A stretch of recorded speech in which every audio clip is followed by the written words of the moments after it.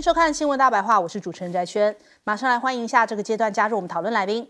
前立委李承峰，主持人好，大家好，前大使谢文吉，翟轩好，各位朋友大家好，前海军舰长吕礼师。主持人好，各位观众大家好。好，马斯克跟川普真的是闹翻了，话越说越凶哦。从一开始呢，就是淡淡的讲说，哎呀，他们现在就是有更重要事情要做嘛。但是呢，现在直接是开骂了，因为我们也知道，其实马斯克个性哦也是很凶很呛的，只是说前一阵子好像比较收敛一点，因为毕竟在这个川普底下，这个效率部在做事情嘛。然后，但是他现在猛批川普政府的这个大而美法案哦，他说令人作呕啊。他说抱歉，我实在是受不了了，这项规模庞大、荒唐可笑、充斥政治操弄的国会支出法案，实在是令人作呕。那些投票支持这个法案的人太可耻了，你们心知肚明，知道自己做错了。那其实，在5月底的时候，他那时候讲的比较收敛，他说：“这个法案可以庞大，也可以美丽，但是我不知道能否又大又美，这是我的看法。”现在是直接说令人作呕，本来还给川普留点面子，现在是直接不忍了。那这一番话，人家也去问了一下白宫哦。那白宫发言人李维特就讲说，马斯克言论不会改变总统的看法。他说，这个川普总统是已经知道他的立场了，但是他仍旧会继续坚持下去。那再来看到了这个现在现在就是川普政府里面都是些什么样的官哦？美国紧急事务管理总署署长呢？他就讲啊，他说从来不知道美国有飓风啊！哎呦，你不知道，我们全世界都知道。我们一天到晚看新闻 ，CNN 主播呢，每次到飓风的时候，哇，飓风多大多大，我们其实全球都看得到那个影片。结果你担任署长，你不知道飓风，那所以后来他们就赶快有人出来擦屁股啊，就讲说，哎呀，他只是一个玩笑话啦，早就为飓风季做好准备啦。那我们看到了这个民主党的领袖舒默就讲说，不知道这个人为什么还没有被炒鱿鱼，可以讲出这么不靠谱的话。那其实他们教育部长不是那个 AI 也讲成 A1 吗？现在不是也还留在那儿？所以都是些什么样的人在川普政府里做官啊？真是。那看看这个现在。因为这个整个美国的经济前景堪忧，所以很多的科技巨头哦，已经传出在裁员的消息。比方说微软，这个微软真的是哦，这个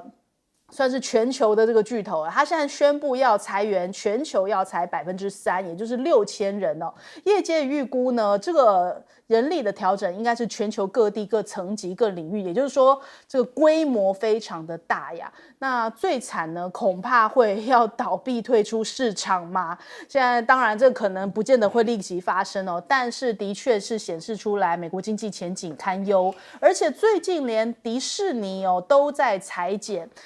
迪士尼现在也在裁减一些相关的电视啊跟电影产业的员工，因为大家如果有去订这个 Disney Plus 的话，其实看起来它跟这个 Netflix 的一些片单哦，就是相较起来，好像数量上面跟种类上面就没有那么多那么新，自己拍出来的这个等于说影视作品也没有那么的叫座。但是最近有一点扭转了，靠的是谁？结果竟然靠的是中国大陆哦，因为中国大陆最近有一部片《藏海传》，就是肖战的这一部《藏海传》哦，其实是央视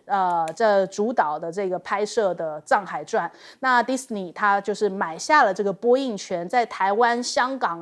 啊，很多的年轻人也都在看，也都在追这个《藏海传》哦。那所以呢，这个因着 Disney Plus 买下了这个《藏海传》的播出权哦，这一波真的是赚的红利满满的，播放量已经破了10亿哦，这是算到5月底的数字哦。那原本呢，这个《藏海传》一直在央视的8台，就是戏剧台播出，今天要完结篇了。那但是呢，明天开始要到央视的1台来播出，所以看起来这一股热潮还在延续当中。可是你看 Disney 还得要靠着这个大陆拍出来的这个影视剧才能够赚到这一波流量，所以是不是也显示出来现在美国自己他们的电影产业也是深受重创啊？那再来中美的科技战，现在北京的稀土重把看起来是还没有用完哦，但是呢，显然北京已经不会像这个川普第一任期那样子轻易让步了。现在中方追求的的是要将这个日内瓦协议调降关税的措施永久化，而且呢还要再进一步要求美方允许中方可以购买一些原本限制不可以购买的晶片了。所以现在这个晶片战看起来可能会朝向这个方向来进行谈判。那还有华盛顿大学的教授还有提到，这个呢，美国在矿产领域的投资，这个是解决问题的长期方案，但是短期上面，美国仍然是受到中国大陆的贸易政策影响，也就意味着未来美国在5到10年想要获得这些矿产，你必须得要跟中方保持着贸易关系，不是你可以任性的，你没有这个任性的条件。现在啊，全球的车企都因着缺少稀土从雨刷、马达到刹车感应器其实都面临到接下来生产上面的问题，缺了稀土怎么生产呢？所以现在各国都很头痛引发强烈的震动，官员们紧急在寻找可以有效的替代方案，但是呢，恐怕今年新车会在夏末前陷入停滞的危机，因为缺乏这个稀土。那还有 AI 的竞赛，也有这个美国的众议员他讲说，美国其实不应该要用现在这种手法，你想要牵制对手的速度，你不是去限制啊，你应该是要去把自己弄得更强，你要去争取 AI 人才，而不是去撤销这个国际学生的签证那你看到现在中国大陆最近几年加速建立数据中心，其实不但每个省都拥有至少1座的这个数据中心甚至还在东南亚，比方说马来西亚、印尼这边都有建这些数据中心那有助于中国大陆来规避美国对于晶片和 AI 科技的出口限制。好，首先我们来问一下季老师怎么看？我想这一次马斯克是真的是忍不住了，他也是说他真的是忍不住了，要把他心里的话讲出来，就是对于这个川普他所推动的这个大而美法案的不满。他是有一个数据他说预算局美国的国家预算财政预算算出来了，这个法案如果通过的话，会为美国的已经目前是36.2兆的这个所谓的负债，美国联邦这种负债会再增加3.8兆，所以一个预算就会让美国的负债增加3.8兆，可见这个预算是怎么样？是入不敷出的嘛？也就是说，它是一种什么？一种赤字预算的概念。这个跟马斯克当初跟川普的共同认识是不一样的，因为他都认为联邦政府太浪费了，所以就派他来，不是来砍人，来缩减联邦预算嘛，对不对？他也就照着川普的意思去做的那么认真，也不会砍掉1000多亿的预算这里面还砍了很多人，比如说把这个美国的这个所谓的联邦救济总署还有美国的这个什么的这些什么美国之音这些机构都砍掉了，那些人都恨死他了。结果呢，也不会砍掉1000多亿的预算，结果川普一个这个大而美就增加了3.8兆的预算的赤字，所以就变成就是说他实在是忍无可忍，他会觉得之前都白忙了，川普你是在耍我吗？对不对？那川普事实上是有说了，他说这个我没办法，因为你任何预算你要经过国会通过，那意思就是说这个责任不在川普，而在美国国会。你说美国国会事实上是没错，是很怎么样？是很这个怎么讲呢？是很这个贪婪的他们这些国会议员会主动加很多这些钱去游说行政部门你这个东西你要做这件事，你要做那件事。其实就是为了自己的选区争取利益嘛，这无可厚非嘛。不过你行政部门可以不允许对。可是川普事实上的话好大喜功人家就是说你马上你6月的这个你这个在这个月你要进行这个阅兵，要花掉4000多万美金对，那你这个钱都这样花的吗？随便都这样花。然后这个华盛顿的市长也跟他讲说，这个不行你那个坦克一来的话，我们这个道路很多桥都承受不住你要给我钱，我要加强这个桥的这个载重量，所以这些钱本来都没有花的，都是川普要来花的。对，他喜欢花就花，好大喜功。所以我觉得马斯克是不怕川普啦，说实话，有那么多钱怕谁？有钱就是任性。马斯克就想，你再逼我的话，我就申请，我就放弃美国国籍了。对，而且他的工厂，说实话，他的这个最赚钱的工厂在大陆啊，在上海，而且他欧洲的工厂在柏林也修好了，他谁怕谁啊？所以我觉得就变成就是说，越是这种人，他越敢讲真话了。可是川普现在啊还没有吭气，还没有吭气。我不晓得川普会不会他那个报复性格又会开始。对。那么如果说他要反咬这个马斯克，不知道会怎么咬法，那么我们就准备看好戏。好，来问申峰哥。这样子，这个所有经营企业成功的人，都会有那个碰风的个性，而且都会很自大。为什么？因为在他的王国里面，他说了算。你把他 fire 你就 fire 嘛，就是所以他都有这种为所欲为的性格，两个人都一样。但是呢，到了国家的体制啊，就发现只能严守当严，为所当为啊，不能为所欲为。那我们来看看呢，本来在政治里面，权力是相互制衡、相互监督，可是现在美国形成一种新的政治文化，那就是宦官政治文化，非常非常的明显。什么叫宦官政治文化？就是一个对权力毫无节制啊，以总统的权威好像什么都可以干的川普。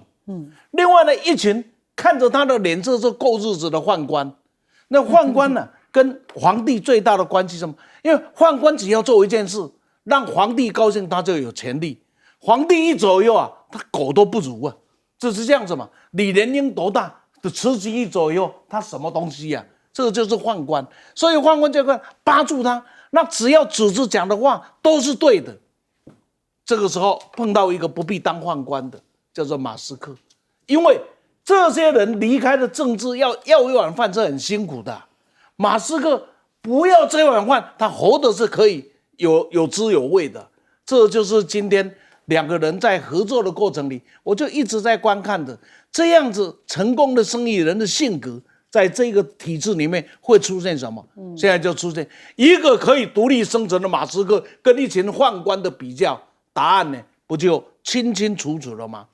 第二个呢，我们来看呢，大陆在整个的这个戏剧的产业有几个特色，请各位一定要了解。我也是前几年我才清楚，为什么他可以拍出那么好的片子，为什么可以拍出那么有成本那么高的片子？你知道他大陆有多少电视台吗？省营市营的这些电视台有多少？卫视台有多少？所以一部片子10亿，我靠，那10亿是多高的一个钱呢？没关系，大家全部都来，你这个台负责1亿，这个台负责了几千万，大家就把钱凑资起来。失败的风险分担嘛，成功了就按照出钱的比例来决定你上映的顺序，而且可以不断的上映。所以中国大陆今天收人才不缺人才，因为各省市啊都有这种演技戏剧学院的，那是非常的多。而且你可以看到他们演戏的水准不错，因为大部分是科班出身的。那人没有问题，资金没有问题，风险没有问题。在这样的情况下，各位可以看到大陆还有一个东西不断在兴建了，这个就是影城啊。以前我们只知道有一个叫做横店了，现在不得了啊！现在有影城的地方那多得很。所以这样的一个情境里面，它产生出来的产品，很抱歉啊，不要说宝莱坞啊，可能连好莱坞将来都没有办法向它能够提供这么多的产品。你去看《长海传》，《长海传》最大的特色，第1集开始就是英文字幕，你知道他准备干什么的，已经很清楚了。更重要的，中国大陆也展现一种软实力啊。这个软实力就是什么？就是透过的这样子的一个影剧，然后让全世界看到，原来中国几千年以前就是一个什么样的文明的社会。今天我只不过再回到那个原点而已嘛。希望你们有什么好叫的？你们只是在那个中古世纪的时代是不跟我相比拟的。好，来文监长。刚刚主持人有特别问一句话，也就是现在川普政府里面到底是谁在做官？其实这个美国媒体早就有定见、有说法了，就是小丑跟马屁精而已。但是实际上来讲啊，当我们研究组织文化的时候，我们可以知道，这一个组织文化最重要的是什么？不是你建构了一大堆条条框框或者是机制，最重要的是领导人。你领导人你不喜欢小丑，你不喜欢马屁精的话，小丑跟马屁精呢，很快就变成正常人了。那现在我们看到的，其实大家都在不断讲马斯克，马斯克最新的，我们如果看到他的这个X 媒体上面，他现在贴的是一个有关于美国的债务啊，然后他只有一个字来形容，scary， 很可怕的，意思就是什么？他直接直指的，也就是大而美的这个法案啊。可是我们这样子回头来讲啊，大而美法案是不是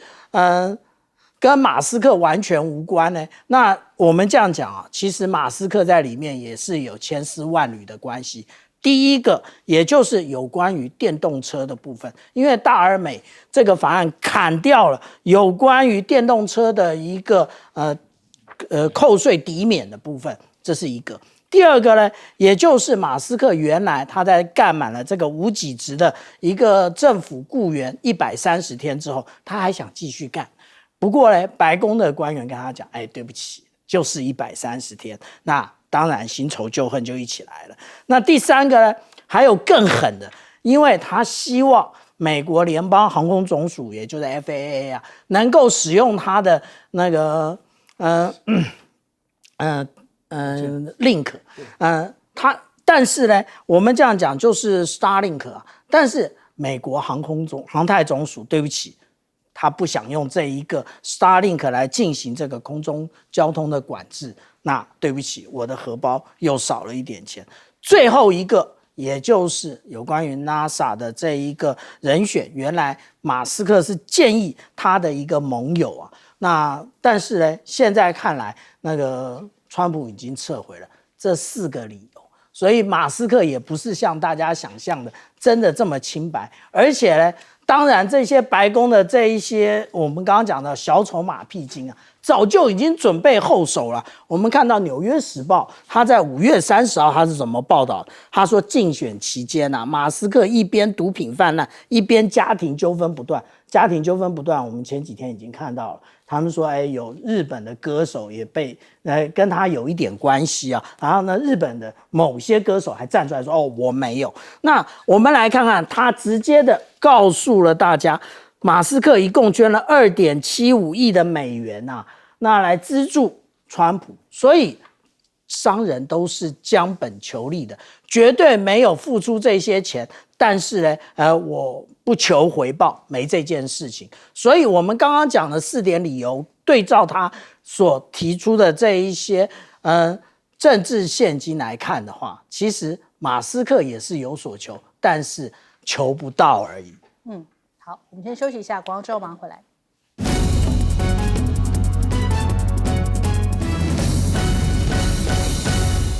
好，马上回来新闻大白话，我们看一下这个国会议员，美国的国会议员，这个麦考密克啊，他讲说，哇，现在中国正试图要主宰亚洲，我们需要强大的盟友，是谁呢？他说，没有人比印度更强大，因此呢，这个觉得美国应该要跟印度打好关系，甚至呢，现在连美国的商务部长都跳下来离间啊。那他怎么个离间法？说建议印度要离金砖远一点哦。根据6月3号的报道呢，美国的商务部长卢特尼克他在短期间之内说，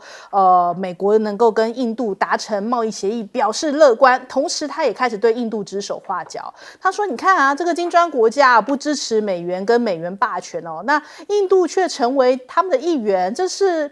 这不是一个对的方式。如果你想要跟美国交朋友的话，这个不是一个正确的方法，所以还促使印度赶快要离开金砖哦。所以这样的画饼真的有办法吗？那这个能够说服印度吗？结果印度的主播是这样回应的。印度的主播讲说，在这个 X 平台上面他发文，他说不要轻信卢特尼克，他是美国政府黑手党的一部分哦。你们都知道他们在跟谁做生意，所以以哪怕这个美国已经把印度捧上天了，希望把这个印度拉战队过来，结果印度现在还不相信美国呢。那再来看到了这个马斯克的爸爸，看到最近这个儿子很失意嘛，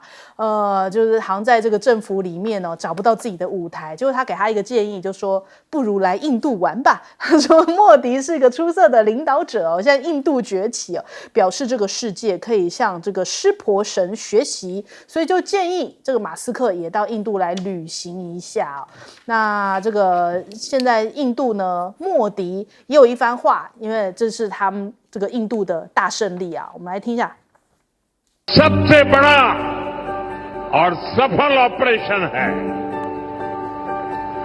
जहां पाकिस्तान की सेना ने सोचा तक नहीं था वहां आतंकी ठिकानों को हमारी सेना ने मिट्टी में मिला दिया。对，印度的胜利呢，来自于他们的这个自信，因为他说呢，印度的军事是人类最强悍的国家哦，就是全世界没有办法跟印度相比拟这个军事上面的厉害之处。你都讲得快笑出来了。我也忍着。好，他说小小的巴基斯坦哦是不值得他去打的。那他还说呢，巴基斯坦的目标是要在48小时之内击败了印度呢。但是印度时报讲说没有，这个8个小时之内呢，巴基斯坦就已经屈服了。那我们看到了新闻好像也不是这么样的说法啦。那还有这个巴基斯坦的外长也忍不住笑，就说你们印度现在过了1个月才承认战机被击落，是不是真代表就是他们是认真的认输了呢？还是这已经是输到一种程度了？那高志凯我们最近常引用他说这个最近印度已经等于说自我催眠到一种程度了嘛。我们来听一下。我接受印度电视台的采访，那个主持人说我们印度赢了，不仅打败了巴基斯坦，也打败了你们中国。我说真的是生活在平行世界里边，他把当代的地缘政治就好像是宝莱坞的拍电影一样的拍，那怎么行呢？对，还不止如此，还有我们刚刚讲了，他连美国都赢了嘛，所以这个印度才是这个世界的王啊。那再来看到了这个巴基斯坦这边，这个巴基斯坦总理呢，他们讲说莫迪政府啊，在遭遇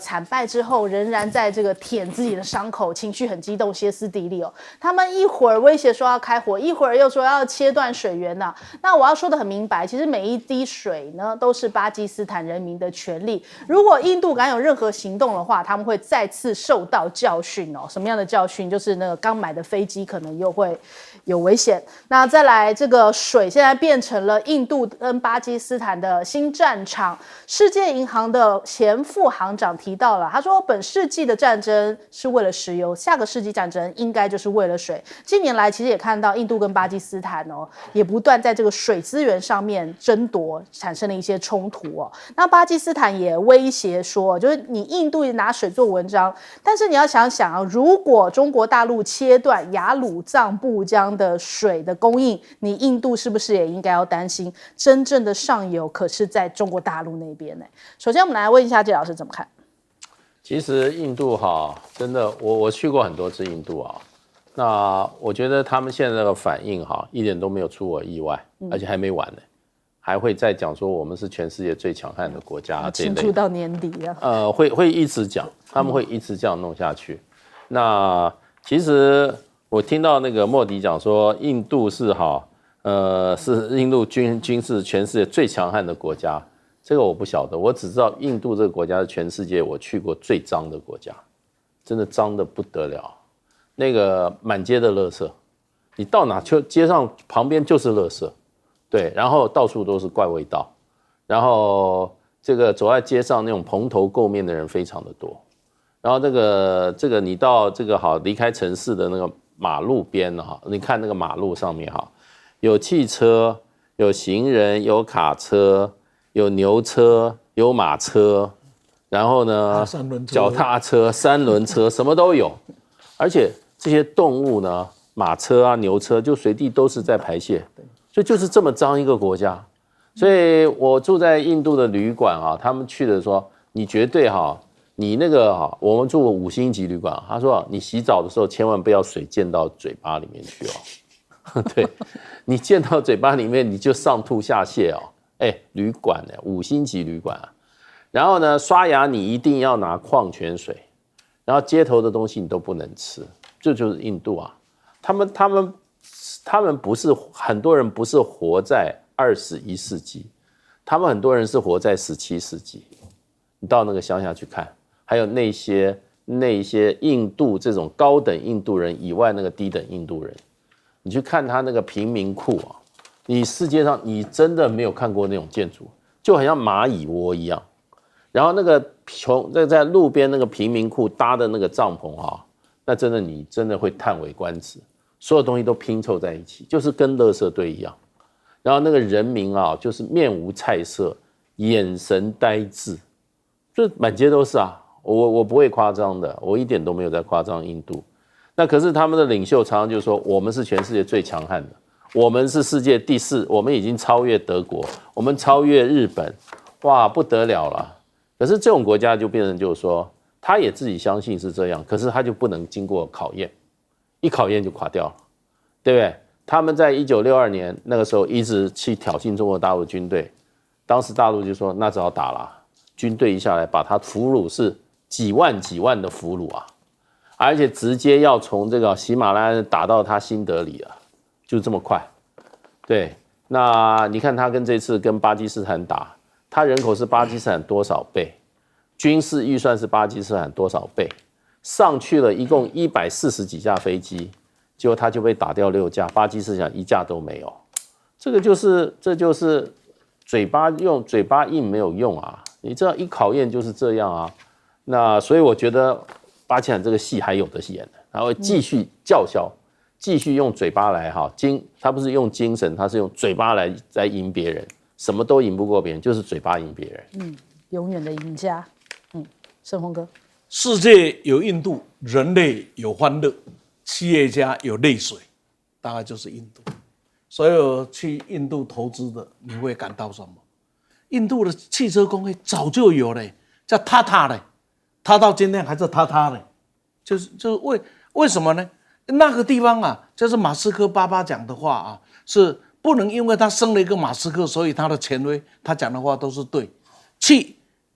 印度玩 OK， 但是要小心。去印度投资那就算了，因为这是一个很奇葩的国家，他可以在全世界都认定他这一场战争是输的情况下，他可以组8个宣讲团，花600万的美金，然后去干什么？去全世界宣扬他的胜利。我靠！我除了佩服以外，真的佩服。就好像刚刚主持人谈到我看你都快谈不下去了。世界上怎么这么奇葩的一个国家？然后到美国才闹的笑话。他说他们这一次打下了8架 F-16，美国说我8架 F-16给你打下来，那我美国有 F-16卖给谁呀？美国简直快疯掉了。你来我这里先讲，我不接待你就算了，你还吹牛你打下了8架 F-16。F-16不就是我美国的吗？那打下 F-16，事实上 F-16连起飞都不能起飞，因为美国有要求，除非你被侵略了，你在捍卫你的本土，你才可以起飞的。所以这样子的奇葩，我们还能干什么？就是到了中美洲去开了那个会，这个宣讲，结果呢，连一个记者都没有来，也在哪一个国家还有一个菲律宾记者捧场啊。那是一个只好变成了大家呢印度人的同欢乐会，但是他们会觉得不对吗？他可以用放假10天来庆祝，然后呢，这个莫迪可以穿着一副人模人样啊，在那里诉说他的丰功伟绩。这个国家我们除了把它当作娱乐以外啊，您听听就好了。他所有他说他会做的，是的，他都会做，只是不能用而已。其中我们必须要严肃面对的，能不能用水作为战争的资源？这是违反人类罪的，这是标准的种族大屠杀。我们可以没有汽油，但是不能没有水，甚至吃东西都可以稍微节俭一点，米换成面，米换成我可以来替换，但是唯一不能替换的叫什么？叫水。而你把水当作是一个工具的时候，不只是饮用水，连生产的粮食都有问题。所以这个的情况啊，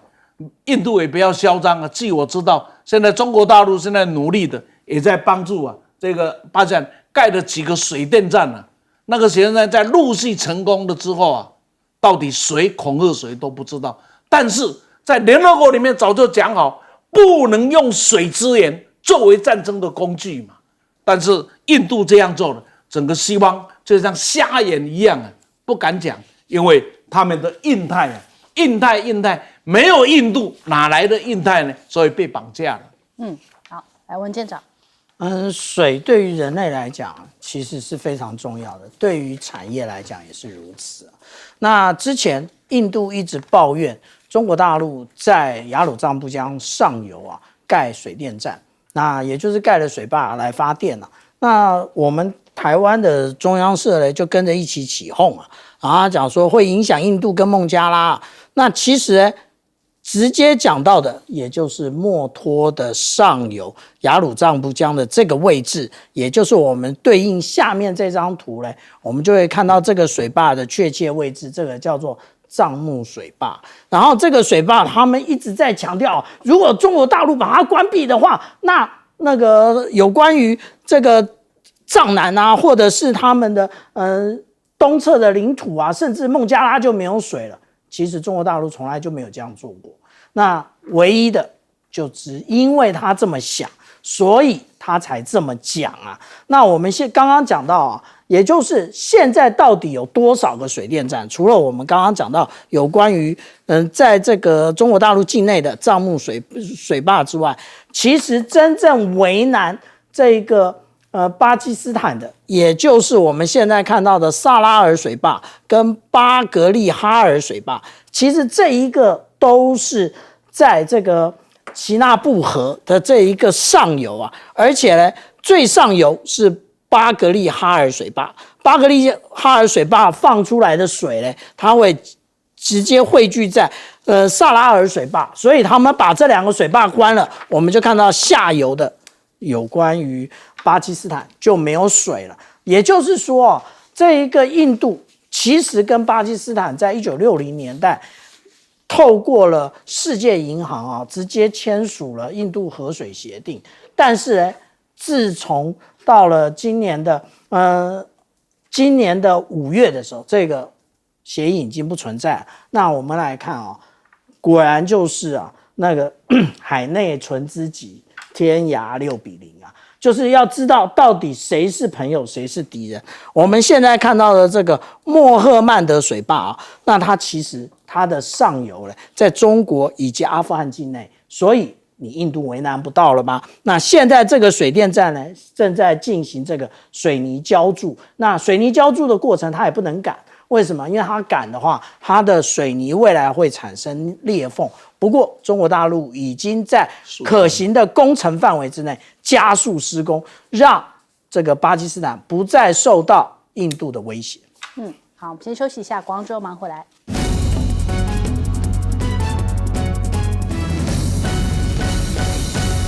好，泽伦斯基是不是又有一搏？因为传出来，克里米亚大桥啊被乌军给炸了呀。那这个消息呢，我们来看一下，它是在水下埋了1.1公吨的炸药哦。那乌军3炸连接了这个俄乌领土的克里米亚大桥，在当地时间3号的清晨4点44分来引爆，严重损坏了桥墩的底部结构，也就是向俄罗斯传达战争持续的这样的一个讯号哦。那这次是利用呢这个无人潜航器在水下引爆，就试图要破坏桥的这种水下的支撑结构。乌克兰的安全局呢，他们讲说这个行动他们筹备了很多个月哦，所以他们是以特工来进行这一次的特别行动。那另外呢，泽伦斯基也有重组这个乌克兰的军方高层，他说要更聚焦在跟俄罗斯的战斗。所以双方不是才和谈的第2回嘛，虽然说这个谈的好像有一点很快速的结束了，草草结束了，但是怎么也不至于说突然就变成这样子升温的一个态势吧。泽伦斯基说啊，现在是要提升前线作战能力哦，因此呢，就才有一些这个军事上面将领的高层调整。那还有俄罗斯现在在追气，之前就是这2天造成的这个大规模轰炸机的一个轰炸行动哦，他们说这可能是一个前 DJ 跟这个女方哦，这一对夫妻档，女方是什么情色小说的作家哦，他们可能有参与到这一次乌克兰对于俄罗斯空军基地的袭击行动。那再来 CNN 有报道，他说这个乌克兰无人机大规模袭击俄罗斯哦，那这其实这个行动可能也损害了川普啊，让川普的公信力是岌岌可危。本来川普是讲说啊，能快速解决俄乌战争，但是现在看起来川普已经变成在旁边这个场外旁观了，因此他的外交政策基石也受到了动摇。那美国的前国防情报局局长呢，他说泽伦斯基现在呢，这个袭击行动其实看起来短期好像出现了一些战果，但是后果非常严重，因为这个核轰炸机露天摆放其实是一个大国之间彼此信任的这样的一个行为嘛。那可是你针对这样的一个公开摆放的这个核轰炸机进行这个袭击，恐怕会让全世界付出长期的代价。接下来难道要改变这样子的一个互信措施吗？那另外，泽伦斯基的幕僚长他也讲到了。这个2轮谈判才刚结束，其实他们就立刻前往到华府就是要跟美国继续来商讨，讨军援，然后另外一方面希望美国在对于俄罗斯有新一波的制裁。北约峰会，泽伦斯基也说他们有被邀请会去参加，可是这个北约峰会是不是可能会？就是美国，因为他是反对泽伦斯基出席的，但泽伦斯基还偏要去，这样是不是也会使得美国更加不愿意继续在援助乌克兰呢？那还有这个乌克兰的无人机袭击，现在也让川普的这个金琼计划出现了一些争议讨论哦。那这个智库就是海军分析中心的无人机专家班德特他就表示人们开始发觉到无人机对于美军基地的威胁所以呢有众多的这个飞机的露天停放的这样的一个大型军事基地而言，这一次乌克兰袭击的教训恐怕这一类攻击会随时降临，而目前美国的基地是没有办法防御这一类的威胁的。美国媒体也讲说川普现在暂未评论乌克兰这一次奇袭，但是川普的支持者怀疑背后动机并不单纯。五角大厦的前高级顾问呢，他就警告这场袭击可能会增加俄罗斯跟北约直接冲突的风险。那现在还有这个川普也有发文他说美国现在正以前所未有的速度在储备武器，不发文还好，一发文人家讲说这是不是代表你弹药库空了，所以才需要用前所未有的速度来赶快准备呢？因为五角大厦在去年的时候就承认，乌克兰的军事支持其实暴露出这个美国军工复合体一系列的问题比方说在维持重建或是增加美军武器的储备都有困难，这已经威胁到华盛顿自身的军备状况所以看起来好像美国自己本身弹药库也已经挺空的了。那还有呢，这个美国驻叙利亚的这个特使他讲到了，美国现在已经在削减叙利亚的军事存在了现在只保留一个，是不是有一点想要急着回防的动作呢？首先我们来请教一下介老师。对，这次这个乌克兰他在这一波的攻击里面看起来都是什么？都是属于恐怖攻击，不是正式的这个正规军的这种打法，他都是用奇袭或者说用特勤人员的方式来打这场战争。这种战争的打法，你要说他会不会让对手感觉到恐惧，而最后跟他谈和，看起来机会不大。你炸掉一个桥墩，你认为会影响俄乌战争的大局吗？是不会的，反而很可能会招致就变成说这个俄罗斯也可能回击，他不需要找特工，他也不需要筹划太久，他就直接靠他的这种什么伊斯坎德尔导弹一次就把你的重要的军事这个所谓民用基础设施把你摧毁掉。对，那你乌克兰没有这样子的民用基础设施吗？应该也很多啊。所以另外一方面，就这一次的这个无人机攻击俄罗斯的军事基地啊，空军基地的一部分，我想基本上你说要对俄罗斯的军事力量产生多大的这个摧残，那未必，因为这些都是老飞机，都图95啊、图22啊，这些都是冷战时期的飞机。然后它最大的作用其实倒不是对俄乌战场产生任何威慑，而是对美国产生空机的这种核子武器的威慑。所以你如果说俄罗斯都开始用图95的话，那用到俄乌战场的话，那这个问题真的很严重了。所以我觉得就变成就是说这种有一点，我认为他是用一种心理战。另外呢，他展现他继续跟俄罗斯缠斗的决心啊，因为这个决心会影响到欧盟各国对俄乌战争是否继续给予各方面支持。如果说今天乌克兰他这个有一点气馁的话，我想那退得更快的是欧洲了。对，本来欧洲就是一直叫你们上阵去上擂台去打的，然后你要打得像话，你要愿意打，他才会给你钱，给你武器。但如果你现在自己本身有打退堂鼓的话，那我想他后面的后援会跑得更远，而且欧洲现在自己状况也不是那么好。那么不过对美国的部分的话，我觉得不管泽伦斯基怎么做我觉得川普对于俄乌战争他是心意已定。第一个，你乌克兰你要打的话，那你就拿钱来跟我买武器，没有什么援助的问题了。另外一个就变成说他是希望不要打，所以任何一方发动主动攻击的话，其实在川普的角色来都是破坏他的大局，因为他的整个战略构想是把俄乌战争停止，然后呢，他跟普丁之间建立一个新的美俄关系，来制衡快速崛起的中国大陆的力量，这个是他的大局观呐。所以你今天泽伦斯基也好，你不断的在战场上你炸掉这个桥，炸掉那几架飞机，对川普来讲，我觉得他是从负面来认知的，不会说你打得好，那拜登会拍手叫好，可是川普不会，所以我觉得就变成就是说，俄乌战争既然这个乌克兰打到今天还要继续打的话，那这件事情的话，真的是没有人能够阻止他了，对。那你知道这一次前天在这个土耳其的俄乌的谈判，你知道俄罗斯要还多少具尸体给乌克兰吗？6000具战场上的尸体那另外还要换俘，所以这么多的尸体都是一个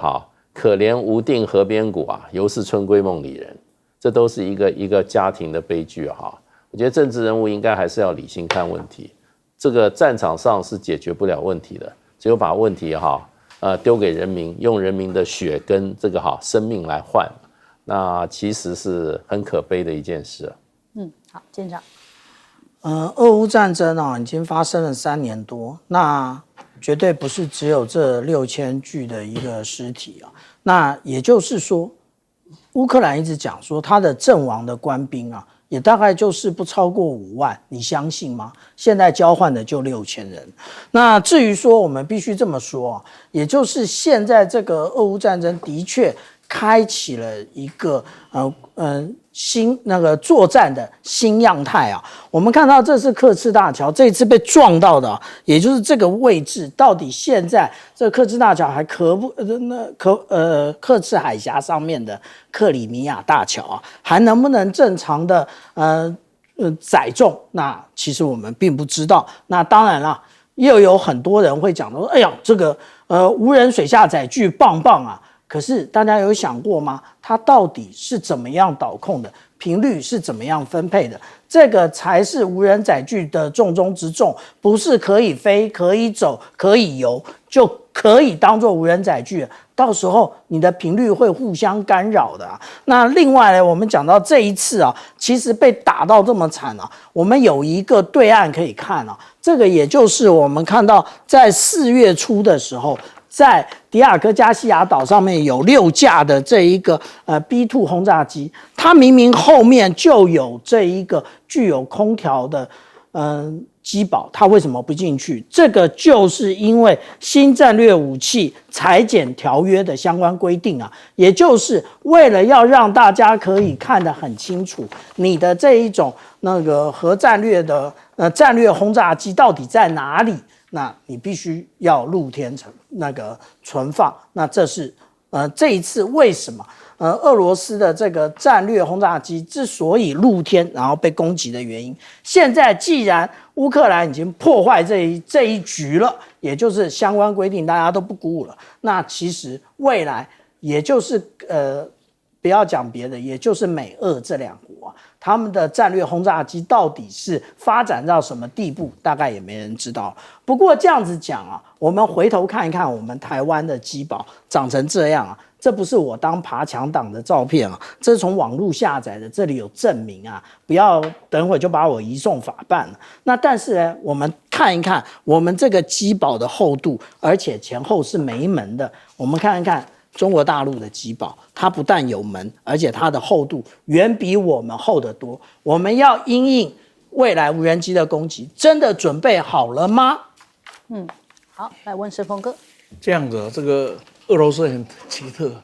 当他面临绝境的时候他总能翻身。所以像二次大战也好，或是像苏联的解体，他总能翻身。可是当他得意得瑟的时候他总是拉胯，他就是很有趣。所以呢，这个一旦没多久的时候，那个黑海舰队的旗舰莫斯科就被干掉了那今天呢也一样，机场就被揍了。这些的做法很爽，乌克兰爽一时，要付很高的代价，因为这些都改变不了他的战局，改变不了他今天的命运，但是增加了今天俄罗斯可能可以出手的更正当性。今天战争战到现在，基本上民用的设施是没有被攻击的，所以电照通，水照喝，网络呢照连。那假若今天你可以如此的对待我，用这样的方式，那我用更尖端的方式来对待你，又会如何呢？更不要忘记了，俄罗斯的法律里面规定得很清楚一件事，那就是当有永和的国家去支持任何一个人来对我行使核攻击或者和其他相似攻击的时候，就像战略轰炸机，我就有资格对你实行核战争。这是他的法律所规定的。那这个规定就是告诉大家说，我们打归打，我们不要碰这个东西。这也就是为什么一发生的时候，泽连斯基跳出来说：“只有我，只有我。”因为假如背后有欧美这些国家的话，那核攻击的道理就可以出现了。那问题就来了，就是这一个之所以在外面容易被你打的原因，那是因为大家有协议的规定。为了人类的一个安全，所以把战略轰炸机大家都摆在外面给大家看，我没有起飞。你利用的全世界要维持和平的一个想法，你去出手去攻击，这个是你的聪明、你的智慧，或者是你的拙劣呢？这个带来的一定是很大的代价。这个代价搞不好从此以后战略轰炸机的改变会改变了人类，或者会改变了俄乌战场。不要忘了，不管克里米亚大桥也罢，不管莫斯科号也好，不管今天一切的一切都没有办法改变今天乌克兰的战局。乌克兰最大的错误就是你听美国去搞的这一场战争，